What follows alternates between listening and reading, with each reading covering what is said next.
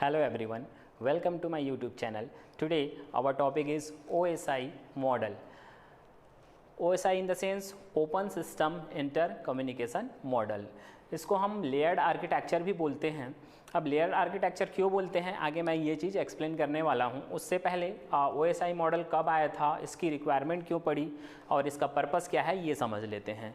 तो OSI model को ISO नाम के ऑर्गेनाइजेशन ने डेवलप किया था 1947 में, ठीक है, इंटरनेशनल स्टैंडर्ड ऑफ ऑर्गेनाइजेशन, ठीक, जो कि पूरे वर्ल्ड के लिए बनाया गया था ताकि हम दो डिफरेंट नोड के बीच में अगर डेटा एक्सचेंज करना चाहते हैं या डेटा ट्रांसमिट करना चाहते हैं तो हम उसके लिए एक ऐसा मॉडल तैयार करें जिससे कि हमको किसी दूसरे सिस्टम में या डिफरेंट सिस्टम्स में किसी भी टाइप के चेंजेस की रिक्वायरमेंट ना हो, ठीक है। हम इस मॉडल के हेल्प से वर्ल्ड में अगर कोई भी नोड या सिस्टम अगर नेटवर्क से कनेक्टेड है तो उसमें हम इजली डेटा ट्रांसमिट कर सकते हैं, ठीक है। तो इस पर्पज़ से OSI मॉडल को बनाया गया था।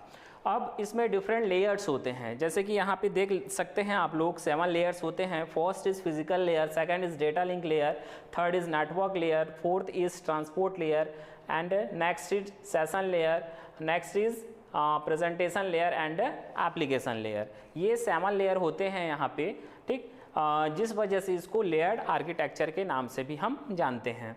अच्छा, एक चीज़ मैं यहाँ पे आप लोग को बता दूँ, यहाँ पे मैंने एक ट्रिक लिखा हुआ है। इन सारे लेयर्स को आपको याद करना है, तो आप जैसे जैसे स्टडी करेंगे हालांकि ये ऑटोमेटिक याद हो जाएंगे, लेकिन बाई चांस आपको कहीं पे कन्फ्यूज़न होता है तो आप लोग एक लाइन याद रखिएगा। जैसे यहाँ पे लिखा हुआ है, देखिए, please don't touch Shyam Prasad आनंद, ठीक है। ये लाइन आप लोग याद रखिएगा। इससे आपको जो पूरे लेयर और उसकी सीक्वेंसिंग है उसको आप आसानी से इस लाइन के हेल्प से फाइंड आउट कर सकते हैं। वो कैसे, ठीक है, जैसे P फॉर फिजिकल लेयर हो गया, D for data link layer हो गया, N for network layer, T for transport layer, session layer, presentation layer and application layer, ठीक है। तो एक लाइन आपको याद रखना है जिसके हेल्प से आप ये सारे लेयर को आसानी से याद रख सकते हैं, ठीक है। तो ये तो कॉन्सेप्ट हो गया लेयर्ड आर्किटेक्चर का। अब देखिए ये वर्क कैसे करता है। देखिए जैसे इस डायग्राम में मैंने 2 नोड लिए हुए हैं, एक नोड A है, एक नोड B है। अब इन दोनों के बीच में अपने को डेटा ट्रांसमिट करना है, तो हम कैसे करेंगे। तो यहाँ पे देखिए मैंने साइमल्टेनियसली इस लेयर के नाम को यहाँ पे लिखा हुआ है, उसके हिसाब से आप लोग समझते जाएंगे। तो इस नोड से जो भी लेयर 7 का डेटा है, एप्लीकेशन लेयर का जो डेटा है वो पैकेट के फॉर्म में ट्रांसमिट होता है। तो ये पैकेट क्या होता है, आगे हम इस चीज़ को पढ़ेंगे जब हर लेयर के फंक्शन और उसके सर्विसेज को समझेंगे तो, ठीक है। तो अभी याद रखिए जो डेटा है वो पैकेट के फॉर्म में क्या होता है, ट्रांसमिट होता है। तो यहाँ पे लेयर 7 का डेटा, ठीक, पैकेट के फॉर्म में ट्रांसमिट हुआ। अब उसके बाद यहाँ पे एक हेडर पोर्शन ऐड हो जाता है, किसका, आपका लेयर 6 का, जिसको हमने H6 से रिप्रेजेंट किया है, H for header and L for layer, ठीक है।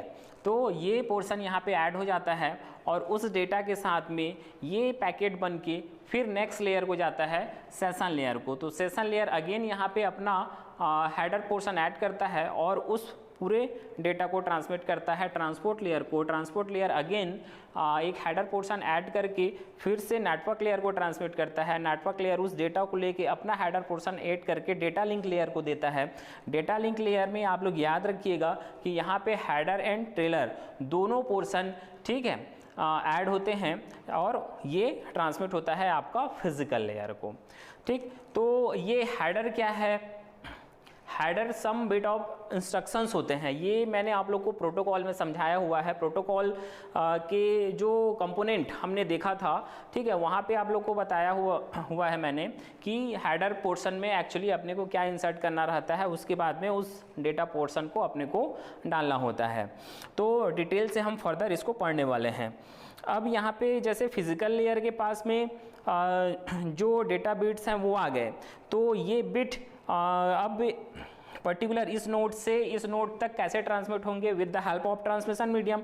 अब ट्रांसमिशन मीडियम में जो डेटा है वो बिट के फॉर्म में तो ट्रांसमिट होते नहीं हैं, ठीक है, वो सिग्नल्स के फॉर्म में ट्रांसमिट होते हैं। तो फिजिकल लेयर का यहाँ पे रिस्पॉन्सिबिलिटी होता है कि physical layer in data bits को इक्विवेलेंट सिग्नल में, इलेक्ट्रोमैग्नेटिक सिग्नल्स में चेंज करता है और उसके बाद उसको सेकेंड नोड के फिजिकल लेयर तक पहुँचाने का काम इसका होता है। तो ये फिजिकल लेयर के पास जैसे ही पहुँचते हैं तो ये फिजिकल लेयर अगेन इनको बिट के फॉर्म में क्या करता है, चेंज करता है, क्योंकि इसको सिग्नल्स के फॉर्म में कंप्यूटर रीड नहीं कर सकता। कंप्यूटर किस फॉर्म में रीड कर पाएगा इसको, या आउटपुट दिखा पाएगा नोड बी में, वो बिट के फॉर्म में दिखा पाएगा। तो ये क्या करेगा, अगेन इन सिग्नल्स को बिट्स के फॉर्म में चेंज करता है। ये कंटिन्यूअसली हर लेयर से होते हुए ये आपके नोड बी तक पहुंचता है, ठीक है। तो इस तरीके से ये हर लेयर से जो हमारा डेटा है, ठीक है, layer by layer, one layer to another layer, इस तरीके से नोड ए टू बी तक पहुंचते हैं। अब इनको हम डिटेल से, ठीक, आगे के लेक्चर में समझेंगे कि इसमें क्या क्या सर्विसेज होती हैं, क्या क्या फंक्शंस होते हैं, हेडर में अपने को क्या इंक्लूड करना होता है, ट्रेलर में क्या इंक्लूड करना होता है, ठीक है, जैसे एरर कनेक्शन क्या मेथड्स होते हैं, ठीक है, एरर डिटेक्शन के क्या मेथड होते हैं, ठीक है, और अपने को सेगमेंटेशन किस तरीके से करना होता है। हर लेयर की एक एक सर्विसेज होती हैं। तो अब यहाँ पे एक कॉन्सेप्ट आता है, that is peer to peer process. ये आपको याद रखना है, पीयर टू पीयर प्रोसेस, ठीक है। तो पीयर टू पीयर प्रोसेस क्या होता है? पीयर टू पीयर प्रोसेस का मतलब, जैसे कि अब ये देखिए, पर्टिकुलर हम लेयर 3 की बात करते हैं, नेटवर्क लेयर की। तो नेटवर्क लेयर अपने से नीचे लेयर जो कि डेटा लिंक लेयर है की सर्विस लेता है और ये सर्विस प्रोवाइड करता है किसको, ट्रांसपोर्ट लेयर को। तो इनके बीच में एक कम्युनिकेशन होता है। हालांकि हर लेयर यहाँ पे डिफरेंट है, लेकिन इनके बीच में इंटर कम्युनिकेशन होकर ही पूरा का पूरा कंप्लीट प्रोसेस या ट्रांसमिशन प्रोसेस जो है, डेटा ट्रांसमिशन प्रोसेस, वो कंप्लीट होता है, ठीक है। तो इनके बीच में जो इंटर कनेक्शन या इंटर कम्युनिकेशन होता है, that process is called the peer to peer process, ठीक है। तो इसको आपको याद रखना है, ये आपके एग्जाम वगैरह में या 2 मार्क्स के क्वेश्चन में जनरली पूछा जाता है। तो what is the peer to peer process, ठीक है। तो ये आप उसको एक्सप्लेन कर सकते हैं, ठीक है। तो यहाँ पे मैंने आप लोग को OSI मॉडल का कॉन्सेप्ट बताया, क्यों ज़रूरत पड़ी और किसने इसको डिज़ाइन किया, क्या पर्पस था, ठीक है। तो ये सारी चीज़ें हमने इस लेक्चर में सीखी हैं। आगे हम एक एक लेयर को समझेंगे और एक एक लेयर की फंक्शनैलिटी को समझेंगे, ताकि ये OSI मॉडल या OSI रेफरेंस मॉडल, अच्छा OSI रेफरेंस मॉडल क्यों बोला जाता है? OSI रेफरेंस मॉडल बोलने का रीज़न ये है क्योंकि इसको एज ए रेफरेंस लिया गया है, ठीक है। ज़रूरी नहीं है कि रियल वर्ल्ड में एग्जैक्टली यही मॉडल जो है यूज़ किया जाए। एक्चुअली में TCP/IP यूज़ होता है रियल वर्ल्ड में, लेकिन एज अ रेफरेंस या आइडियली वे पे हमको जो OSI मॉडल बनाया गया है उससे जो है कॉन्सेप्ट को लेना होता है, ठीक है। तो इस तरीके से OSI मॉडल होता है। एक चीज़ और बता दूं मैं, यहाँ पे जैसे कि हम 3 लेयर्स की बात करते हैं नीचे के, तो इनमें जो फिजिकल लेयर है, डेटा लिंक लेयर है, नेटवर्क लेयर है, तो ये जो 3 लेयर हैं मेनली हार्डवेयर के ऊपर काम करते हैं, ठीक है। जो हार्डवेयर कंपोनेंट होते हैं फॉर द कम्युनिकेशन, जैसे कि आपका स्विच हो गया, हब हो गया, ब्रिज हो गया, ठीक है, इनके ऊपर ये या जैसे कि आपका ट्रांसमिशन मीडियम में डिफरेंट मीडिया लिंक्स हो गए, तो ये सारे के सारे क्या हैं, हार्डवेयर के ऊपर ये काम करते हैं, प्लस कुछ सॉफ्टवेयर भी होते हैं। और ये जो ऊपर के 3 लेयर हैं, आपका session, presentation and application layer, ये आपके सॉफ्टवेयर के ऊपर बेस्ड होते हैं, ठीक है। तो ये आपके सॉफ्टवेयर के ऊपर बेस्ड होते हैं और ये हार्डवेयर के ऊपर बेस्ड होते हैं, ठीक है।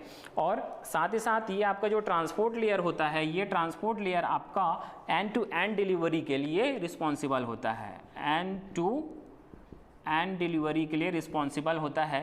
अब ये क्या चीज़ है, आगे हम इसकी फंक्शनैलिटी जब पढ़ेंगे तो एंड टू एंड डिलीवरी क्या होती है मैं आपको अच्छे तरीके से एक्सप्लेन करूंगा, ठीक है। साथ ही साथ सेगमेंटेशन, फ्रेगमेंटेशन के लिए, एरर डिटेक्शन के लिए ये आपका जो है ट्रांसपोर्ट लेयर रिस्पॉन्सिबल होता है। ठीक है, तो ये जो मैंने कुछ कुछ कॉन्सेप्ट बताए हैं OSI मॉडल के, ये आप अपने दिमाग में रखिए, फिर धीरे धीरे हम एक एक लेयर को आगे समझेंगे, उनकी फंक्शनलिटी एंड सर्विसेज को पढ़ेंगे। Okay, thank you.